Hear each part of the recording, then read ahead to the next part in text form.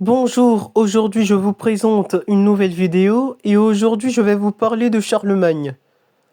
Né en 742, fils aîné de Berthe et de Pépin le Bref qui est sacré roi en 751, Charlemagne règne d'abord en 768 sur l'Aquitaine occidentale, la Neustrie, l'Austrasie et ses dépendances germaniques.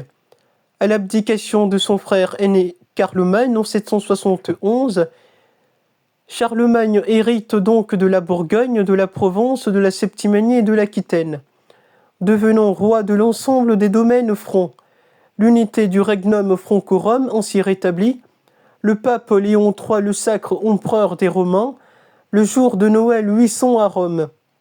Ayant établi sa capitale à Aix-la-Chapelle en 796, le plus prestigieux des souverains carolingiens poursuit tout au long de son règne deux ambitions principales.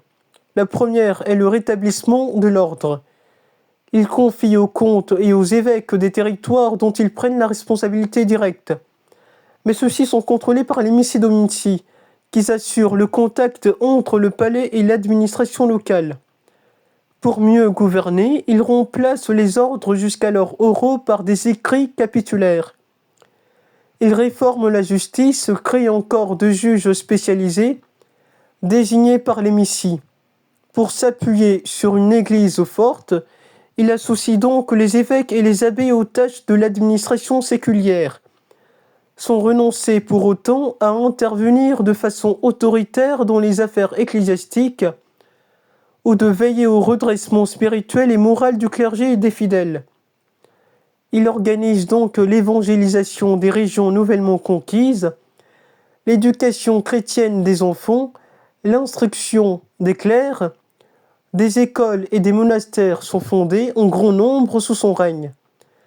Cette politique favorise un renouveau certain de l'activité intellectuelle et artistique qu'on appellera la Renaissance carolingienne. La seconde ambition de Charlemagne est la construction en Occident d'un vaste empire chrétien. Il dirige donc de nombreuses campagnes militaires, en Lombardie en 774, dont il devient roi.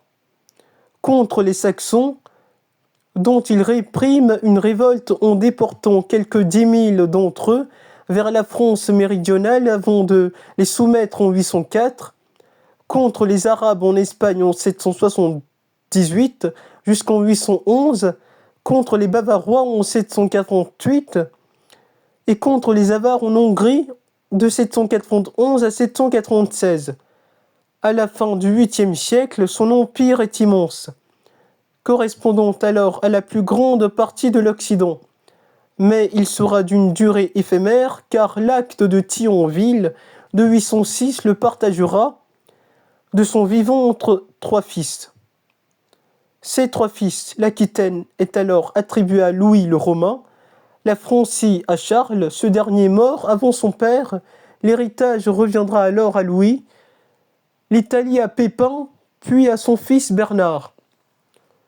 Les épouses de Charlemagne étaient Imiltrude, Désirade, Hildegarde, Fastrade et Liutgarde. Charlemagne meurt alors le 28 janvier 814. Merci d'avoir regardé cette nouvelle vidéo, n'hésitez pas à liker, commenter, partager et à vous abonner. Et on se retrouve alors pour une nouvelle vidéo, à la prochaine.